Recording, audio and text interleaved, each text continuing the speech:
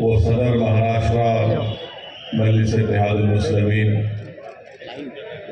मोअज़्ज़िज़ हाज़रीन इकराम, मेरी सरदार माँ और बहनों, मेरे गयूर नौजवान साथियों, शहनशीन पर तशरीफ़ फरमा मोहतरम जनाब फैयाज साहब, सदर मुंबई मजलिस इत्तेहादुल मुस्लिमीन, साबिक़ा रुकन असम्बली व कौमी तर्जुमान, करूँगा मैं इसको मेरे भाई और भिवंडी के जो सदर हैं खालिद गुड्डू साहब की नज़र पेश करता हूँ, जो आज जेल की सलाखों में हुकूमत के जुल्म का शिकार है। और हम अपनी जानिब से महाराष्ट्र की हुकूमत से इस बात का मुतालबा करते हैं, डिमांड करते हैं। हुकूमत का काम ये है कि किसी को जेल में ना रखे, बल्कि उनको जेल के बाहर लाए। अगर उन पर कोई मुकदमात है तो आप चलाइए ज़रूर, इसको भेजो। मगर मेरा मानना यह है कि खालिद गुड्डू को निशाना बनाकर उनकी बढ़ती हुई मकबूलियत को रोकने के लिए इस तरह की साजिश और मंसूबा रचा गया। मैं खालिद गुड्डू की इस जो जेल में रखा गया, उन पर जो मुकदमे आयद किए गए, मेरा मानना यह है कि तमाम के तमाम मुकदमात में कानूनी तौर पर कोई उसमें दम नहीं है, क्योंकि हुकूमत नहीं चाहती कि खालिद गुड्डू बाहर आए, इसीलिए उनको जेल में रखा जा रहा है।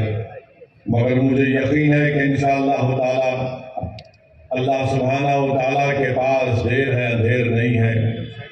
जल्द से जल्द अल्लाह अपने फजल व करम से खालिद गुड्डू साहब को रिहा करवाएगा।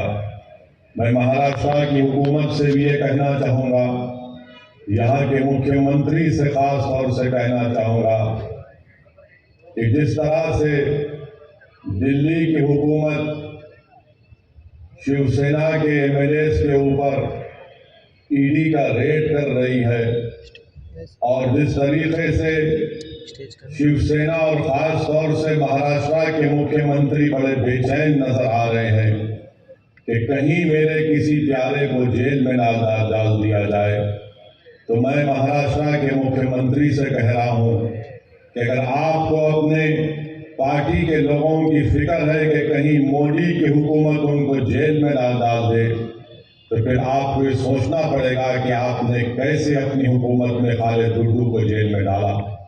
याद रखिए, अगर खालिद गुड्डू जेल को जा रहा है हुकूमत के जबर और जुल्म का शिकार होकर, तो कहीं दिल्ली की हुकूमत भी अपनी ताकत का बेजा इस्तेमाल ना करे और आपके ही करीबी लोगों को जेल में ना डाल दे।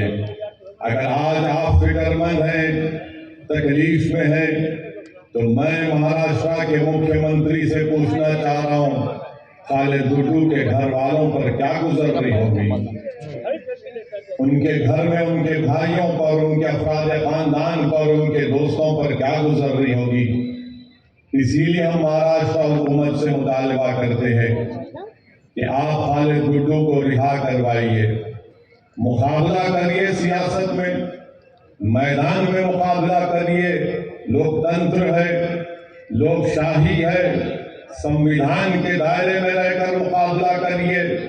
किसी को जेल में डालकर ये बहादुरी का काम नहीं है। बहादुर वो है जो अपने मुखालिफिन को भी छोड़े और कहे कि आओ प्यारे आजमाओ किस्मत, देखते हैं मैदान में अवाम किसको पसंद करती है।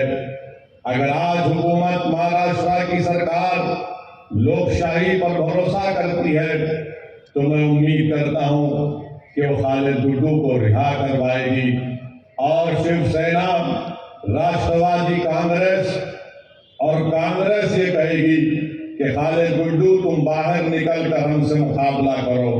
हम भी यही चाहते हैं कि कोई भी जेल में ना जाए, सियासतदान हैं, राजनेता हैं, अगर वो जेल को चले जाएंगे तो याद रखो उनकी मकबूलियत में और इजाफा होता रहेगा।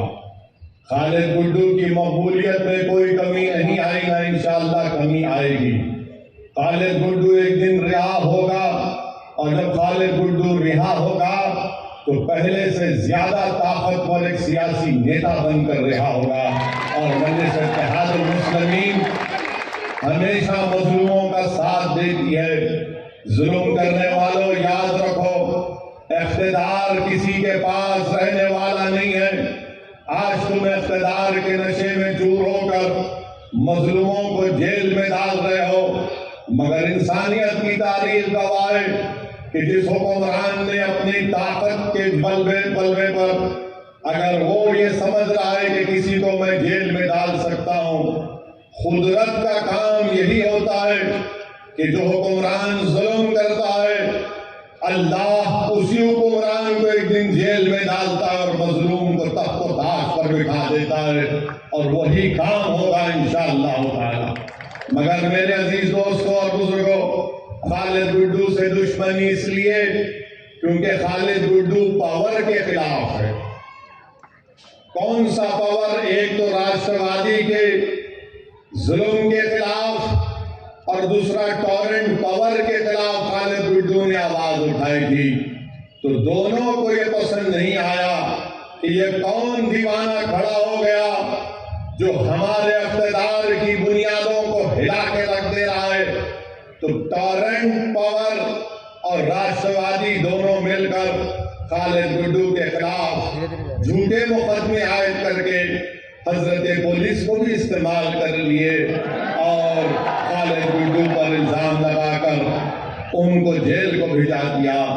मुझे इस बात की कोई फिक्र नहीं है, मुझे इस बात को खुलकर कहना पड़ेगा कि अगर कोई भी ओहदेदार गवर्नमेंट का, उसको रूल ऑफ लॉ को फॉलो करना है, उसको कानून को, संविधान पर अमल करना है। अगर आज आप संविधान को नजरअंदाज करके, रूल ऑफ लॉ को नजरअंदाज करके, जिसको उर्दू में कहती है कि कानून की बालादस्ती को अगर आप नजरअंदाज कर रहे हैं, आज आप मौज बना लो, कल ये लोग जब इख्तिदार पर सत्ता में नहीं रहेंगे तो फिर कौन आएगा आपको बचाने के लिए। इसीलिए हम अपील कर रहे हैं कि महाराष्ट्र की सरकार, जो महाराष्ट्र की जेलों में जो लोग मजलूम हैं उन सबको रिहा करे। मैं खालिद गुड्डू की बात नहीं कर रहा हूं। जो कोई भी महाराष्ट्र की जेल में जुल्म का शिकार है उनको छोड़ा जाए, चाहे वो खालिद गुड्डू हो या नवाब मलिक हो, उनको भी छोड़ना चाहिए। नवाब मलिक की बात नहीं करेंगे। मुल्क का माहौल इस तरह से बना दिया गया कि बीजेपी, राष्ट्रवादी कांग्रेस, शिवसेना, समाजवादी पार्टी, ये तमाम नाम निहाल सेकुलर पार्टियां ये चाहती हैं कि भला हम तक ना आए, हम जेल को ना जाए, मगर हमारे पार्टी में अगर कोई मुसलमान है तो उसको जेल में डाल दो, हम जेल को नहीं जाएंगे। ये सच्चाई है, मैं बता रहा हूं आपको, मैं इल्जाम नहीं लगा रहा हूं, दलाइल और दलील दे रहा हूं।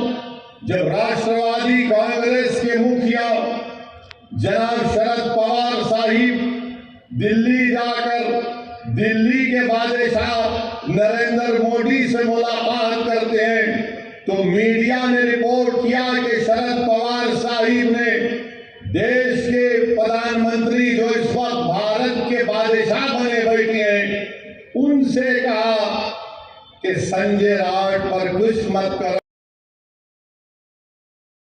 उसके खिलाफ इंक्वायरी मत करो। मैं पूछ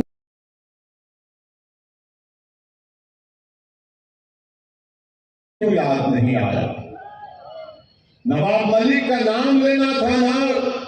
जब देश के प्रधानमंत्री से मिल रहे तो आप ही के पार्टी का नवाब मलिक है, उसके बारे में भी बोल देते कि नवाब मलिक को भेजा, जेल में डाला गया। मगर नवाब मलिक का नाम नहीं आया। किसका नाम आया? शिवसेना के संजय का नाम आया। तो क्या संजय मलिक से ज्यादा अजीज हो गया राष्ट्रवादी कांग्रेस को?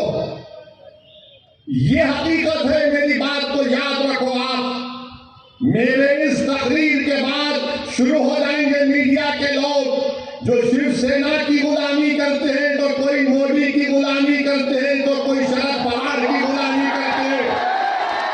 मैं आवाम का नुमाइंदा हूं, मैं इनका खादिम बनकर सच्चाई को बयान कर रहा हूं।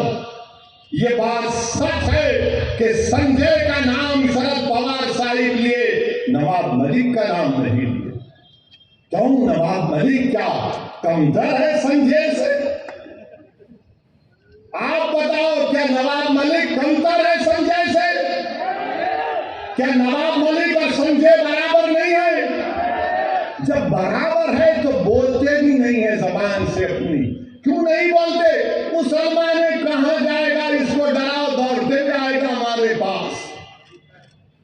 बोलो इस पे सेकुलरिज्म, ये सेकुलरिज्म का गुलाम है, हमारे पास दौड़ के आएगा। बोलो इसको गंगा जमुनी, वो बाजा बजा कर आएगा। एक मुशायरा कर दो तो दौड़ कर आएगा।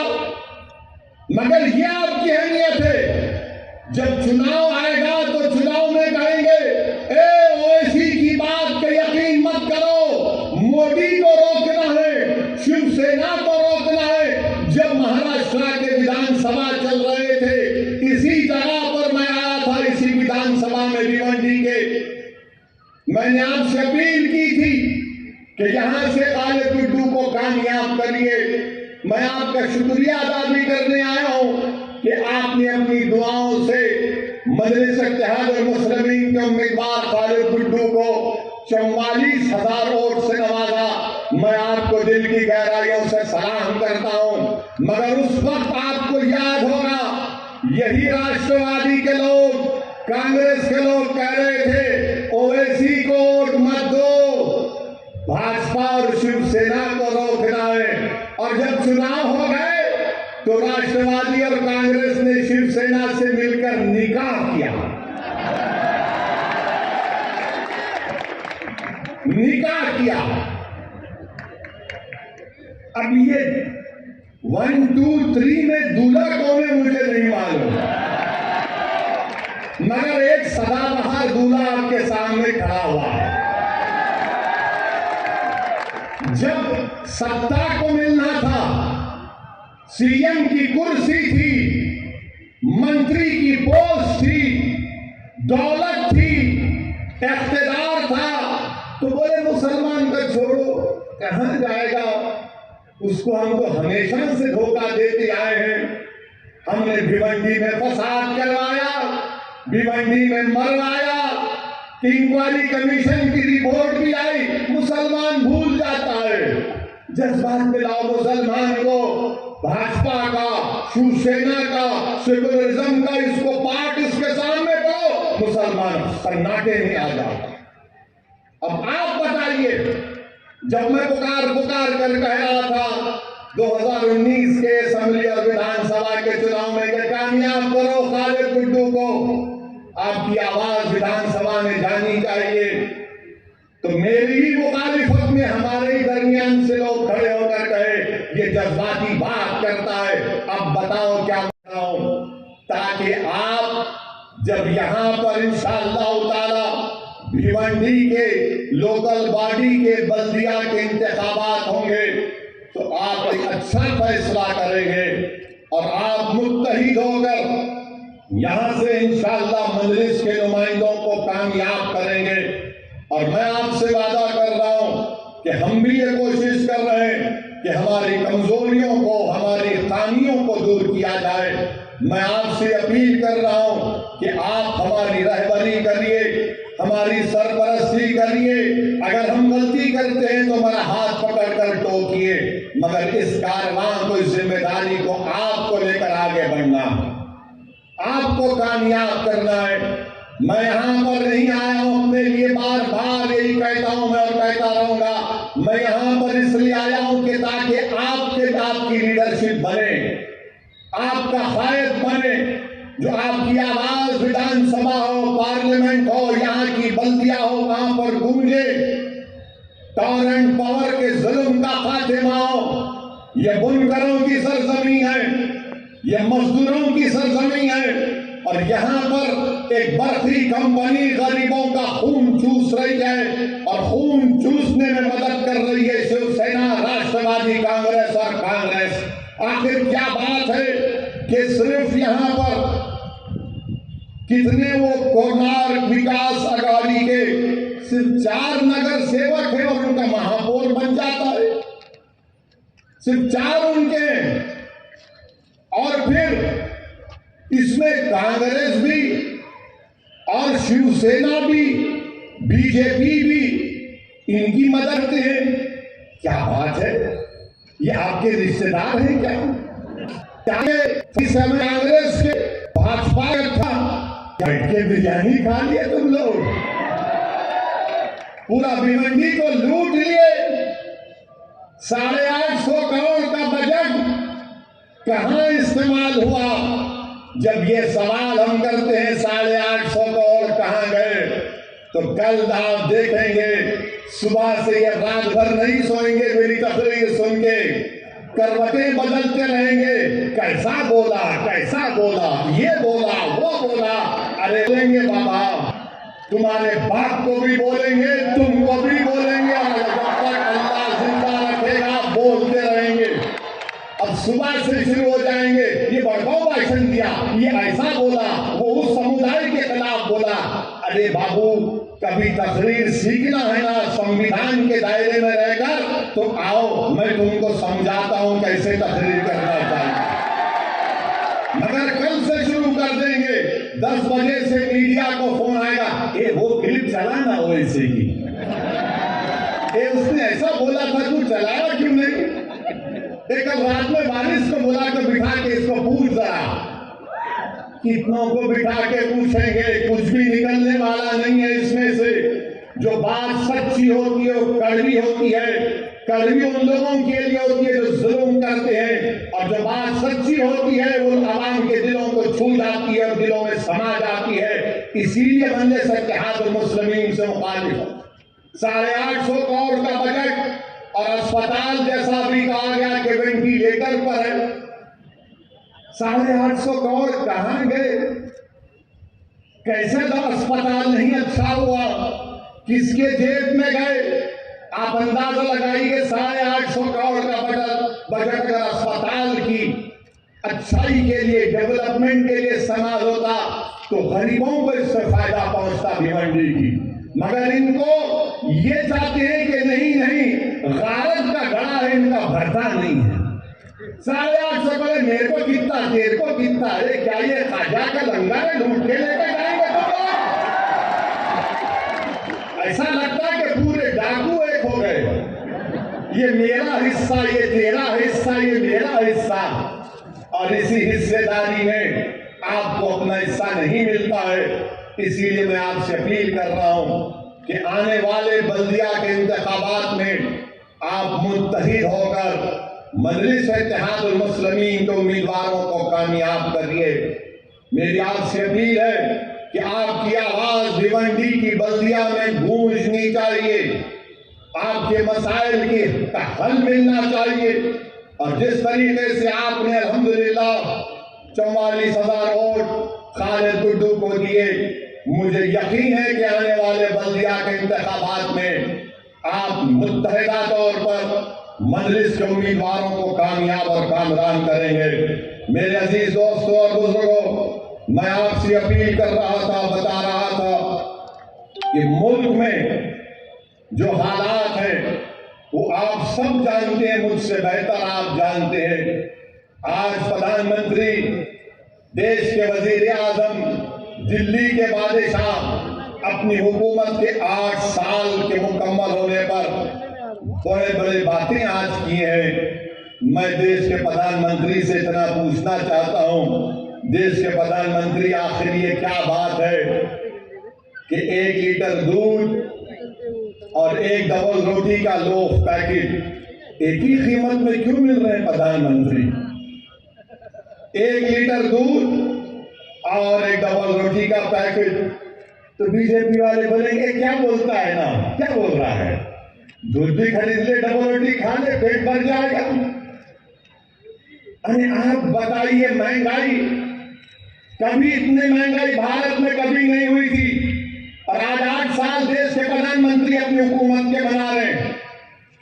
महंगाई, इन्फ्लेशन सबसे हाईएस्ट है, बेरोजगारी नौजवानों में तो भारत में दुनिया में किसी मुल्क में नहीं है। मगर मोदी जी बोल रहे 8 साल में मैंने चांस पर जाकर मट्टी आपके कदमों में डाल दी। आपको देश के प्रधानमंत्री बोल रहे हैं कि 8 साल में बहुत बड़ा काम कर लिए। फिस्कल डेफिसिट 40 साल में सबसे ज्यादा है, रिटेल इन्फ्लेशन 20 साल में सबसे ज्यादा है, और जो महिलाओं की, खवातीन का वुमेन फोर्स है उसमें कमी आई है। 10% से कम महिलाएं काम कर रही है भारत में। आप बताइए इसके पर क्या बोलेंगे।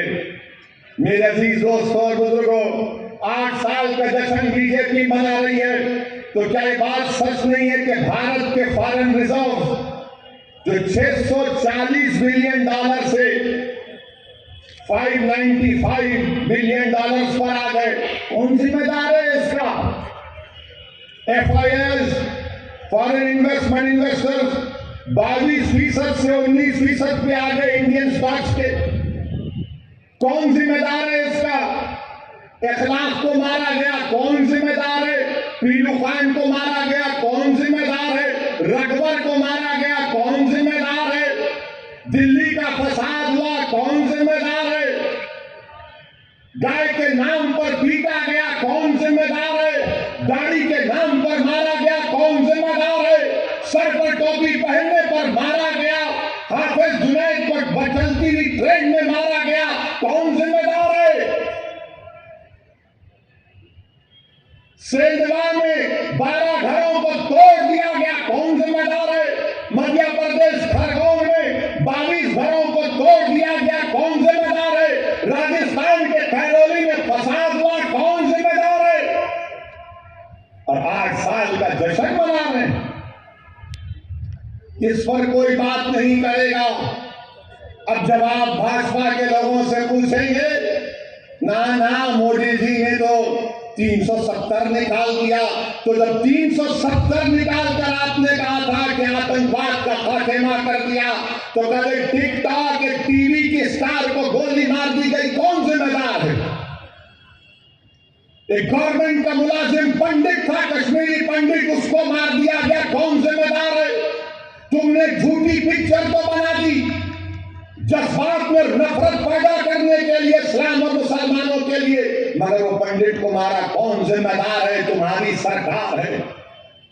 पड़ोसी पाकिस्तान से टेररिस्ट कश्मीर में घुस कर आकर गोलियां चलाते हैं, कौन जिम्मेदार है इसका? आपकी सरकार है।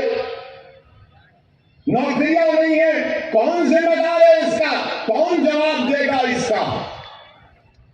हाँ, मैं मानता हूं कि इन सब की जिम्मेदारी अगर किसी पर है,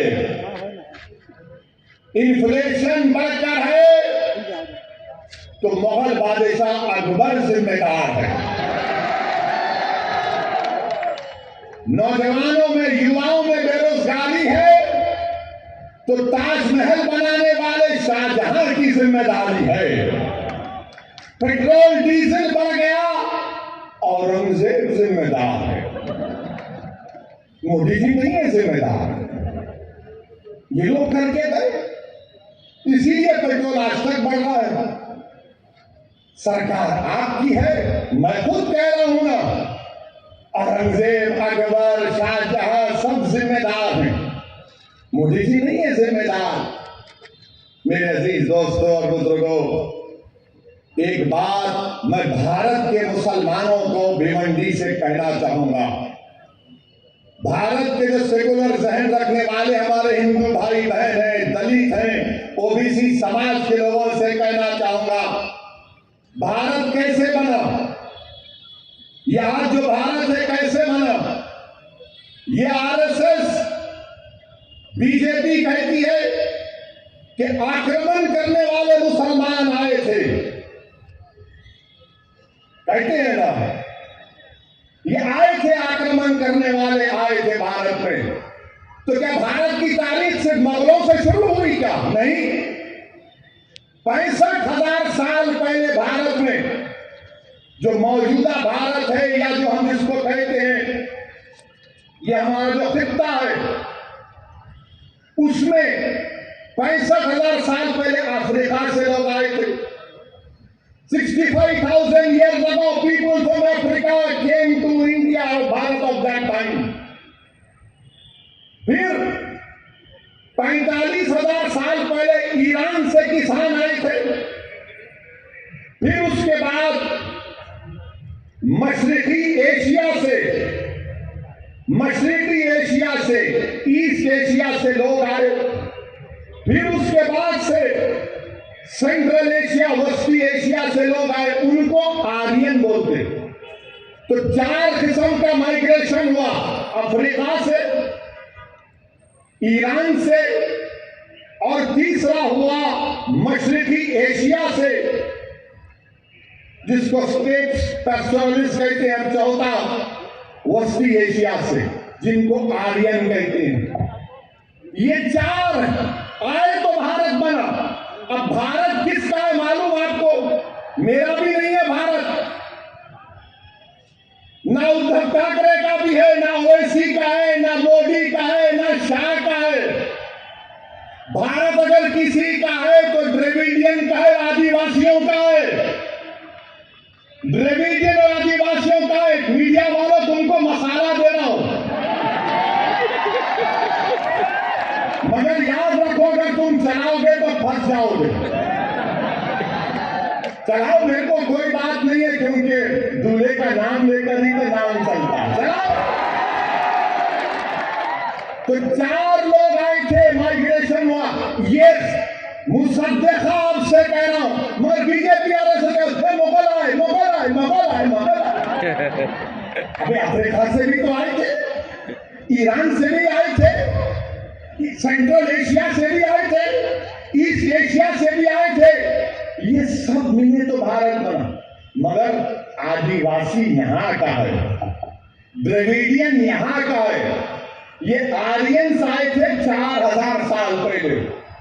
अच्छा, हैरत की बात यह है कि जब मैं ज्ञानवापी मस्जिद के बारे में कहा कि बाबरी मस्जिद की तरह इसको छीनने की कोशिश की जा रही है, तो सोशल मीडिया पर संघ परिवार के लोगों ने कह दिया, ए ओवैसी तो इसके पूर्वज ब्राह्मण थे।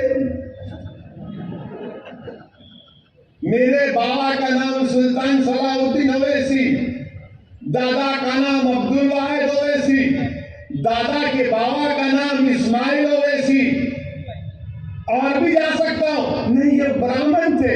अच्छा, अब इसका जवाब यहीं पर देता हूं, भिवंडी में। सुनो आप, मुंह नहीं लगना मेरे, तुम याद रखो, मैं उन पागलों की तरह नहीं हूं, थम्स अप नहीं हूं, दलाल देकर बात करता हूं। सुनो, मेरा ताल्लुक किससे? मेरा ताल्लुक बाबा आदम से। हम तमाम का ताल्लुक, हमारे अब्बा कौन है? अब्बा कौन है? हमारे अब्बा कौन है? बाबा, हमारे अब्बा आदम है। और जब अल्लाह ने हजरत आदम को हमारी अम्मा के साथ दुनिया में भिजाया, तो अब्बा ने कहा कदम रखा मालूम? भारत में। तो ये मेरी बाप की जमीन हुई। अब बाप की जमीन से औलाद का कोई हाथ छीन सकता? अब्बा अल्लाह भिजाया तो बोले भारत में आके ये कदम नहीं रखा, अब्बा की जमीन है। अब तो मेरे को कहां मिला जाके? मेरा ताल्लुक अब्बा आदम से है प्यारे। मगर जब तुमने ब्राह्मण कहा, तो क्या ये बात सच नहीं है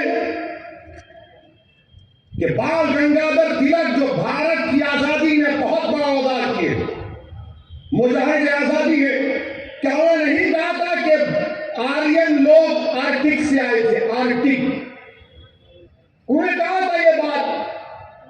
अब बताओ इससे क्या बोलेंगे, क्या बोलेंगे तुम बताओ इसको। इसलिए कह रहा हूं कि भारत में अगर कोई इंडियन माने ओरिजिनल है वो आदिवासी है, द्रविडियन है, बाकी के सब लोग हैं। और ये प्रूव हो चुका है कि आबादी का 65% हिस्सा ये 4 जो माइग्रेशन हुए आप करा के देख लो। मगर बीजेपी संघ क्या बोलेगी, शिवसेना भी सब मुगल आए। हाँ ठीक है, मुगल आए तो पेट्रोल बढ़ गया, मुगल आए तो डीजल बढ़ गया, मुगल की वजह से बेरोजगारी बढ़ गई, मुगलों की वजह से इन्फ्लेशन है, मुगलों की वजह से स्टॉक एक्सचेंज में हमारे FIS 22 से 19% हो गए, मुगलों की वजह से रोटी महंगी हो गई, मुगलों की वजह से दूध महंगा हो गया। अरे सब हम ही जिम्मेदार है, तुम तो दूध के दूल्हे हो। देश का प्रधानमंत्री मुसलमान है, आप नहीं है ना, महाराष्ट्र का मुख्यमंत्री आप नहीं है, कोई और है। हर चीज को मुगलों से जोड़ दो। अरे मुसलमानों का मुगलों से कोई ताल्लुक नहीं है, हमारा ताल्लुक मुगलों से नहीं है, वो बादशाह थे। बादशाहों का ताल्लुक दीन से नहीं होता, जो खलीफा होता है उसका ताल्लुक दीन से होता है। ये बादशाह थे, इनका क्या प्रॉब्लम था, हमारा इख्तिदार बाकी रहे। वो बादशाह थे, अपने नहीं मंदिर तोड़े, तो फिर इसका भी जवाब सुन लो। ये जो अशोका का पोता था,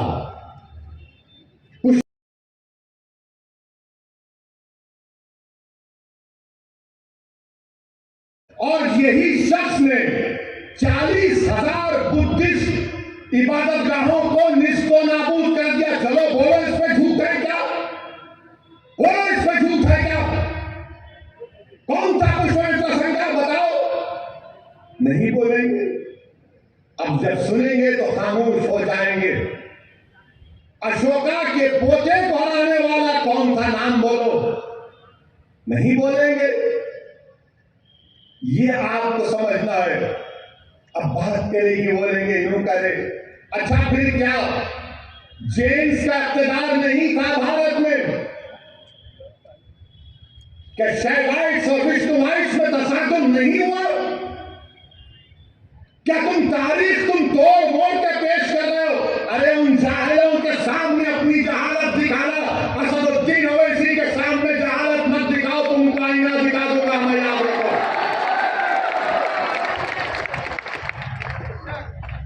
बोलो अशोका के पोते को किसने मारा था, कौन मारा था अशोका के बेटे को, बोलो, नहीं बोलेंगे। शाम सूम जाएगा इनको, बोलेंगे नहीं मुगल मुगल, अबे रात में मुगल, दिन में मुगल, बैतुल खला में मुगल। कभी निकलो तारीख से। तारीख यह है भारत की कि 65,000 साल पहले अफ्रीका से लोग आए थे भारत में। आर्यन तो 4,000 साल का मामला है। और फिर बोलते नहीं है अनटचेबिलिटी जो है यह हम मुगलों ने शुरू की, झूठ। सच क्या है, सच ये है कि बाबा साहिब अम्बेडकर ने कहा कि 480 यानी हजरत ईसा के इस दुनिया से उठाने जाने के बाद 400 AD में ये अनटचेबिलिटी शुरू की गई है। बाबा साहब अम्बेडकर ने लिखा, ह्यून सांग एक ट्रैवलर है, उसकी किताब पढ़ो, ये संगी नहीं पढ़ते, खाली मुगल मुगल मुगल। बोला कौन क्या बाबा साहब अम्बेडकर ने नहीं कहा था, उस पर बात नहीं करेंगे। और बोलेंगे तुम लोग मंदिरों को तोड़ दिए, तो क्या स्वामी विवेकानंद ने अपनी किताब में नहीं लिखा कि जगन्नाथ की मंदिर बुद्धिस्ट इबादत गाह पर बनाई गई? बोलो मुझ पर इल्जाम लगाने वालों, बोलो। ओवैसी को जान की धमकी देना, ओवैसी को गाली देना, दिन रात मेरे नाम का वजीफा पढ़ना, मैं जो मसाइल को आज उठा रहा हूं तुम जवाब दो उसका। अगर तुम 700-600 साल की तारीख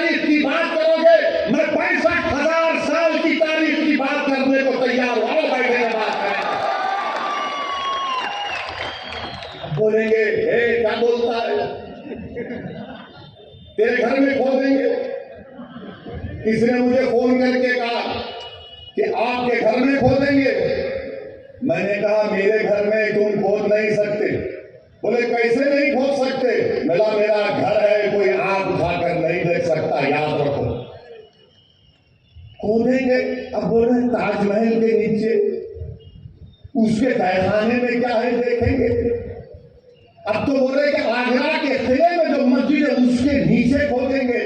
मेरे को लगता है बीजेपी आरएसएस वाले, जरा कान खोल के सुनो, आप किसी को बोलना नहीं बात मेरी, किसी को नहीं बोलेंगे ना, नहीं बोलना है तो कट्टी हो जाएंगे। अपनी दोस्ती बरकरार है। तो इसलिए खोद रहे हो लोग कि देश के प्रधानमंत्री की डिग्री तलाश कर रहे, कहां है, कहां है, कहां है। नरेंद्र मोदी की एमए पॉलिटिकल साइंस की डिग्री है, मगर देश के प्रधानमंत्री की एंटायर पॉलिटिकल साइंस की डिग्री है, मिलती नहीं है। तो शायद प्यारे बोल रहे मस्जिद के बहाने डिग्री मिल जाएगी, मस्जिद को नहीं। क्या बात है बताइए आप, ये जोक है, सीरियस मत ले लीजिए। देश के प्रधानमंत्री भी मन की बात में बोलते, जरा ह्यूमर होना चाहिए। तो ह्यूमर की बात कर रहा हूं। तो बोलते ताजमहल में मेरे को कोई सोशल मीडिया पे दिखा एक शख्स, मैं नहीं कह रहा हूं, वो कोई आदमी था, उनका कोई क्यूरेटर दोस्त था, वो उनके साथ ताजमहल को गए, बोले मुझे नीचे जाके 2 कमरे में देखना है। तो उसने सोशल मीडिया पे लिखा कि तुम्हारा फोन डिपॉजिट कर दो, फोन डिपॉजिट कर दिए। उसके बाद नीचे गए तो फिर चेकिंग हुई, फिर वो कमरे के पास ताले पर लगा हुआ था गवर्नमेंट ऑफ इंडिया का स्टैंप। बोले नहीं अंदर नहीं आ सकते आप। अरे बोले भाई खाली खरीद करके नहीं देखना भी नहीं, तुम कान लगा के सुन सकते। तो बेचारे कान लगाए तो अंदर से इंसानों की आवाज आ रही, अंदर से इंसानों की बड़ी प्यारी आवाज आ रही थी। और वो आवाज क्या बोल रही थी? चौकीदार से पूछो महंगाई इतनी क्यों?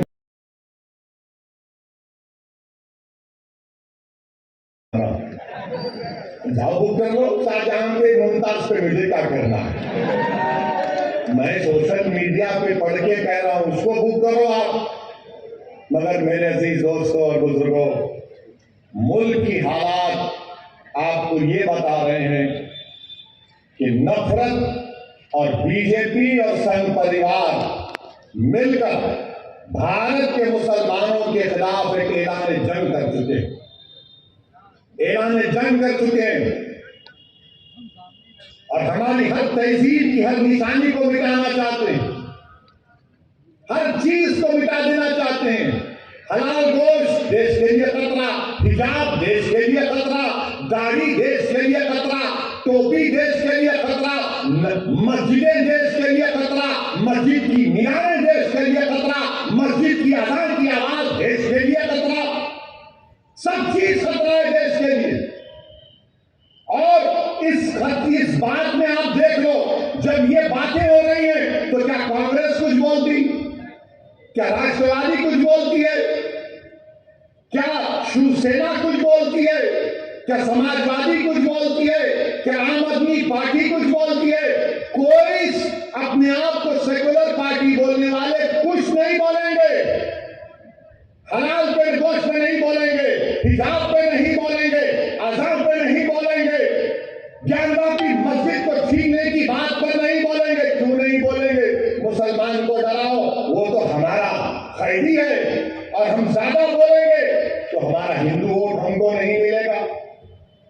मेरे अजीज दोस्तों और बुजुर्गों, इसका मुझे जिस बात का अंदेशा है कि अगर इस तरह से दबाया जाएगा, इस तरह से रुस्वा किया जाएगा, तो फिर ये जो नौजवान जो आज भारत में खासतौर से दलित और मुसलमान नौजवान हैं, अगर उनका एतमाद जमहूरियत से, लोकशाही से अगर कम हो जाएगा, वो अपने घरों में जाकर बैठ जाएंगे, वो घरों में जाकर अपने बैठ जाएंगे और दूसरे दर्जे के शहरी बन जाएंगे। मैं नहीं चाहता कि ये नौजवान जो कल इस देश का मुस्तकबिल इनके कंधों पर रहेगा, वो मायूस होकर, रुस्वा होकर अपने घरों में बैठ जाएं, अपने दरो दीवार जोर न डाले और बंद कर ले अपने दिमाग को, वो हमारी जमहूरियत के लिए खराब दिन होगा। इसीलिए मैं कहता हूं और कहता रहूंगा, जमहूरियत है। ज्ञानवापी मस्जिद के बारे में बोला तो कौन सा गुनाह किया? मैं जब बाबरी मस्जिद का फैसला आया था, मेरी प्रेस कॉन्फ्रेंस उठाकर देख लो आप, मैंने उस फैसले को कहा था, अंग्रेजी में कहा था कि this is a victory of faith over facts, this is a victory of faith over facts. मैंने अपने प्रेस कॉन्फ्रेंस में कहा था कि मुझे अंदेशा है कि इस फैसले के बाद और मसाइल शुरू हो जाएंगे। मैंने नाम लेकर कहा था, ज्ञानवापी, मथुरा, लखनऊ की टीले वाली मस्जिद, सब सच साबित हो रहा है।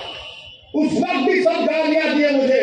मैं भिवंडी के आवाम से, भारत के मुसलमानों से और भारत के और हिंदू दलित भाइयों से जो अम्बेडकर गांधी को लीडर मानते हैं, इस दीवानी बात नहीं थोड़ा करो।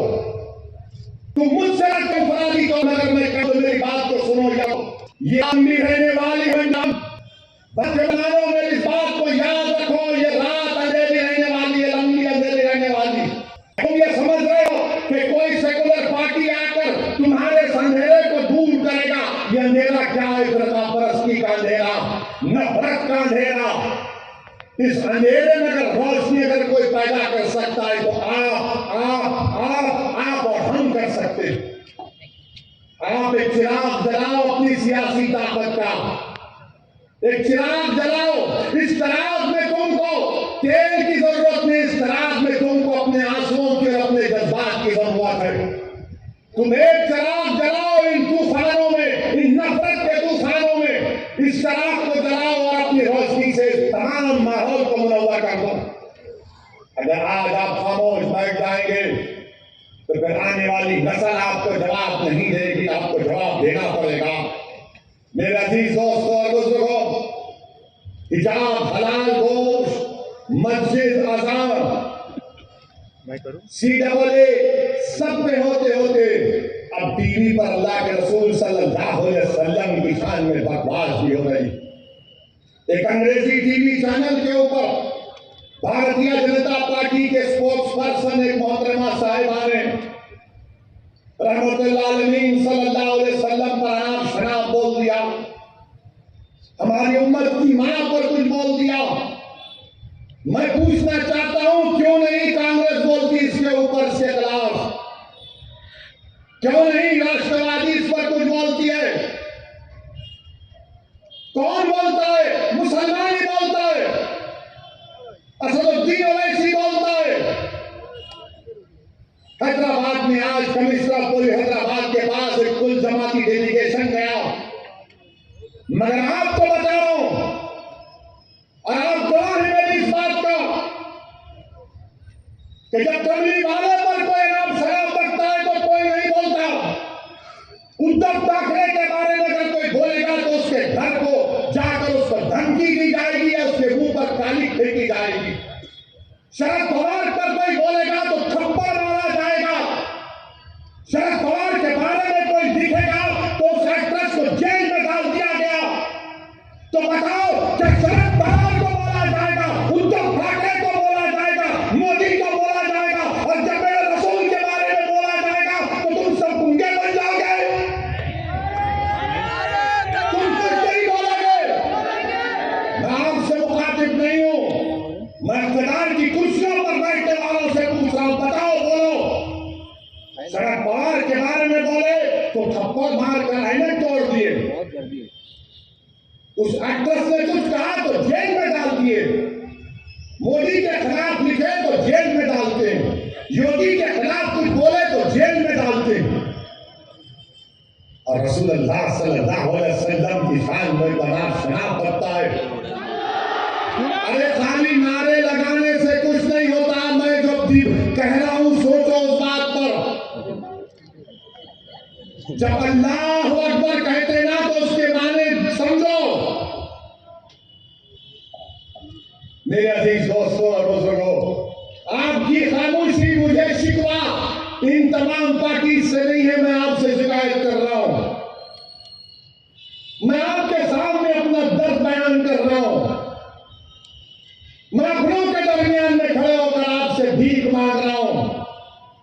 मुझे उनसे उम्मीद नहीं है, मुझे आपसे उम्मीद है।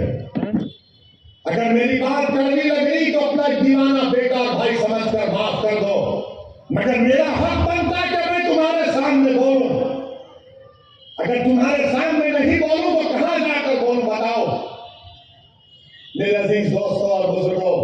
इसीलिए आपको अपनी एक सियासी ताकत को मजबूत करना, चाहे जिले सतह पर हो, बल्दिया का इलेक्शन हो, जिला परिषद का इलेक्शन हो, असेंबली का हो, पार्लियामेंट का हो, आपको अपनी आवाज उठानी चाहिए, नुमाइंदा होना चाहिए।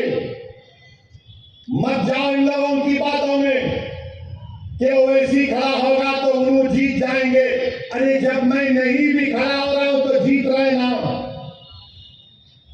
मुबारकपुर से ताल्लुक रखने वाले कितने यहां पर बताओ, हाथ उठाओ, मुबारकपुर से कितने लोग हैं? कि जब मैं तो अशरफिया की बिल्डिंग को तोड़ा गया तो समाजवादी के लोग बोले, नहीं बोलेंगे। फिर आप क्या करेंगे? नहीं इलेक्शन आने में ओवैसी बोलता अच्छा भाई, मगर आप क्या करेंगे? आप याद रखो, आप हुकूमतों को नहीं बदल सकते, आप अपने नुमाइंदों को कामयाब कर सकते हैं। आपको अपने नुमाइंदों को कामयाब करना है। और हम भारत के प्रधानमंत्री से अपील कर रहे हैं, रिक्वेस्ट कर रहे हैं कि देश के प्रधानमंत्री आप अपने नेशनल स्पोक्स पर्सन के खिलाफ एक्शन लीजिए। अगर आप सबका साथ, सबका विकास, सबका विश्वास की बात करते हैं, आप हमारे खिलाफ रहेंगे, मगर इतना नफरत मत करिए कि जिसके नाम का सदका हम खाते हैं आप उनके नाम के बारे में आप शराब कर दें।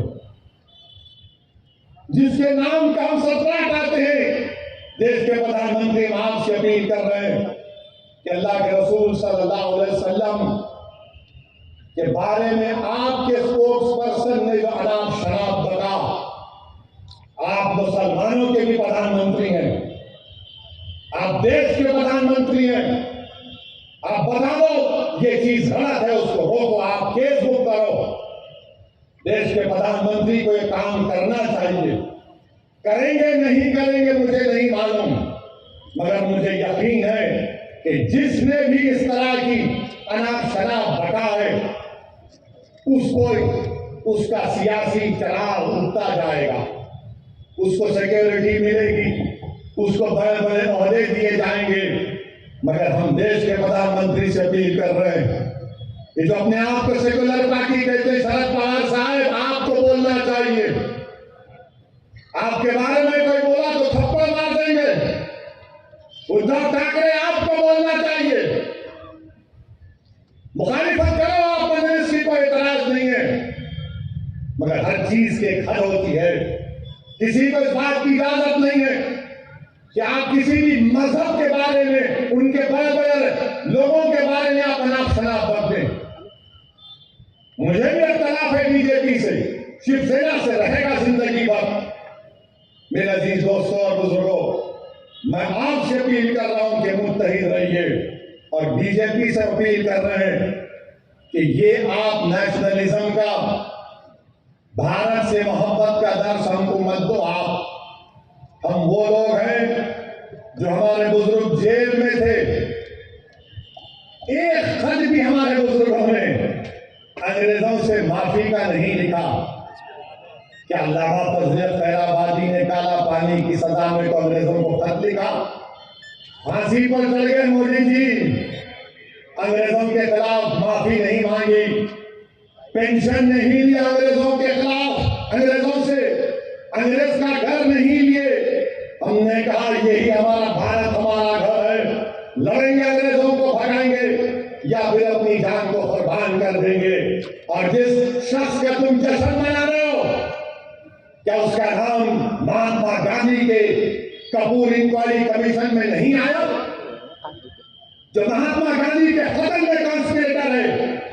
सोचो, अगर गांधी से मोहब्बत है तो जबान पर गोडसे और गांधी के खातिरों का नाम नहीं आना चाहिए। मेरे अजीज दोस्तों और बुजुर्गों, आपका बेहद शुक्रिया कि आप तशरीफ लाए, और आपसे अपील करता हूं कि अपनी दुआ में खालिद गुड्डू के लिए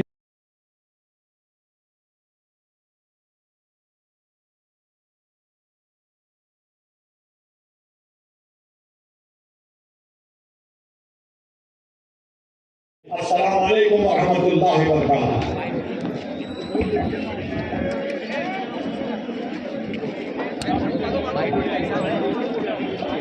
भैया कैसा है?